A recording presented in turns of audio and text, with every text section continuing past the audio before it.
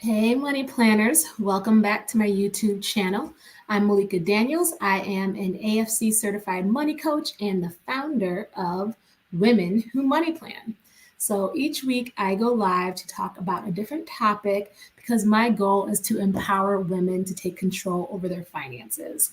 I mostly do that through one on one coaching and also in my private Facebook group, but I'm also trying to share my message with others who need this information to really build the best financial foundation for themselves. So today I'm talking about financial goals. If you have some financial goals, I would love for you to drop a dollar sign in the chat. And if you don't have any financial goals, drop a question mark because maybe you're really just kind of not sure how to start building those goals and setting those goals and how to figure that out. So this live today is going to be beneficial for if you already have goals or if you don't have any, you want to figure out how to get started. When chatting with people about my business, I often ask the question, well, what are some of the financial goals you're working on right now? And sometimes people will respond very quickly, like, oh, I'm trying to pay off debt, or I want to buy my first home. But other times people will look at me like, what are you talking about? Financial goals? Am I supposed to have goals? I didn't know I was supposed to have a goal. And that's okay, right? It's not a rule anywhere that you have to have a goal. But I realize that some of these people are realizing that they're interested. They want to learn a little bit more. Like, oh, what is this financial goal thing? I didn't know it was a thing. And so, really, a financial goal is really just having a plan for your money. My business is called Women Who Money Plan. So I'm all about creating a plan to help you figure out the best route for you with your money. So that's really what a financial goal is. So have you ever heard the saying, if you fail to plan, then you plan to fail, right? So if you don't have a plan, you're just kind of up for grabs with whatever's going to happen to your money. You're not going to be in control. And you're going to be wondering, where did my money go all the time? Or what happened with my money? So we're going to determine plans and goals for our money so that we're no longer questioning what's happening. We feel like we're in control because we are, right? We want to be in the driver's seat for our finances. We don't want to feel like things are not within our control when it comes to our own money. So it doesn't have to be this way where you're not in control. You can definitely take back that control. Here are a few tips I'm going to give you for starting to create this plan, financial goal, whatever you want to call it. The first thing is you want to make sure that your goals are specific to you in your life, your situation, right? It is not important to listen to what your friend has. Oh, my friend said that she has a goal of getting $50,000 in her savings account. So I think that's going to be my goal too. But her goal number has nothing to do with your life. It's not based on what your expenses are. It's not based on where you're starting from. It's not based on your income or the money you have available to you to put into savings. So her numbers do not matter when you're making your goal. So making sure that whatever your goals are, they are based on your life and your numbers and your situation, not what you heard somebody else is doing. So that sounded cool. I think we're going to do that too. Money is very personal. So you want it to be realistic for you and not the same. It's not going to be cookie cutter for everybody. You also want your goals to be SMART, right? Have you heard that term before? Maybe at work when you have to do like your annual reviews or something like that, they're talking about creating SMART goals. So SMART stands for specific, measurable, achievable, realistic, and time bound. So that's just basically saying be very clear about what your goals are. Make sure that you can measure in some way, shape, or form, like how you're going towards that goal. So maybe it's like a dollar amount that you're trying to achieve. And so you can measure, like, am I getting close to that dollar amount? I'm halfway there, or I'm 3/4 of the way there. That's how you can measure it. Achievable means something that's really realistic that you can do for you. If you set a goal that's based on someone else's salary, that's not going to be achievable for you, right? So it's based on your situation. And then again, same type of thing with realistic for you. It's something that's truly something that you can do based on you. And then the time bound is having some type of time frame for your goal instead of just infinite, like one day I want to have this much money. Like that's not really going to happen if you don't set a time frame. So set that time frame, whether that's by the end of this year, within the next 6 months, within 2 years, whatever that time frame is, have those set time frames for your specific goal. So that's kind of how you want it to be a SMART goal.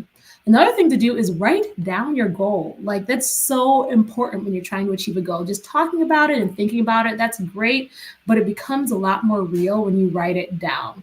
You can write it in your notes on your phone, you can type it on the computer, you can write it in paper and hang it on your fridge. However you want to do it, write it down.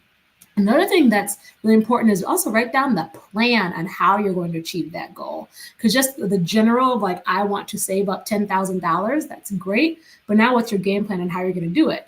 Maybe you say, I'm going to put X amount into my savings account every paycheck. Then that's how you're going to build your way to that $10,000. So don't just write down your goal, but write down your plan to achieve the goal. Okay. Then you're way more likely to actually make it happen.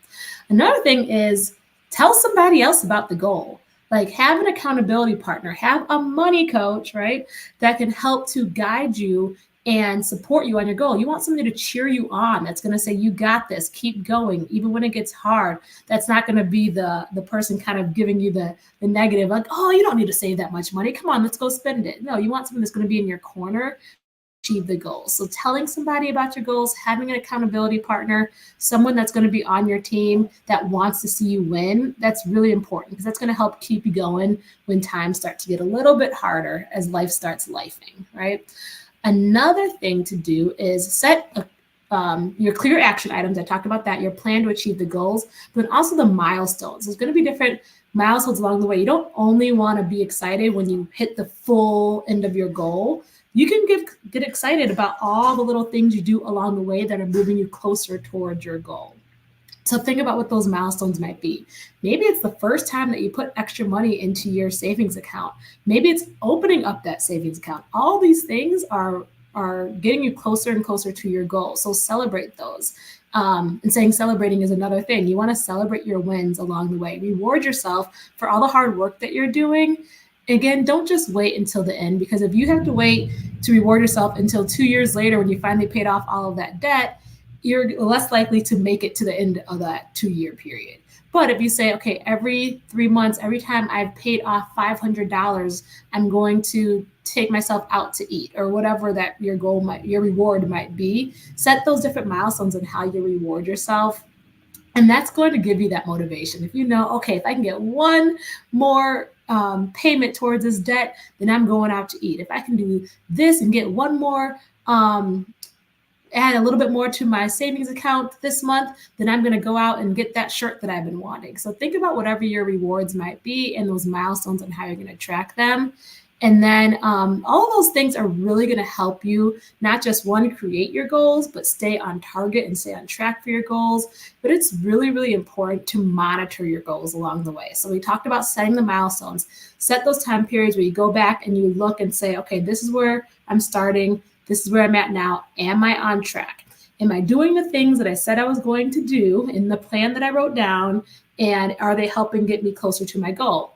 And if not, that is okay. That does not mean your goal is wrong. That does not mean that you suck and that you can never do this and you're horrible with money.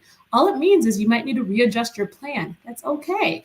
Maybe instead of putting $100 a week away, you know what? The reality is I can really only do $50 a week. That's okay. Adjust it so that you can be successful. That's the most important thing. You want to feel successful with your plan. So if you need to adjust it, that is perfectly fine.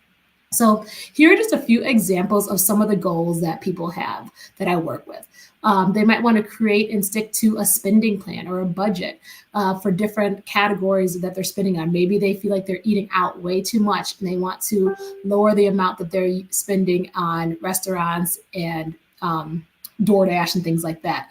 Maybe they want to spend less on shopping apps, Amazon, Shein, Temu, that kind of stuff. So that might be a goal.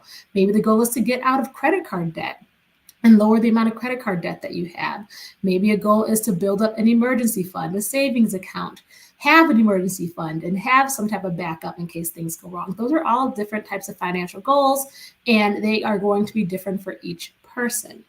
Sometimes people have a goal of contributing more to retirement, and they want to be able to see that they have enough money to be able to put more towards their 401k or other retirement vehicles. So those are just examples of goals.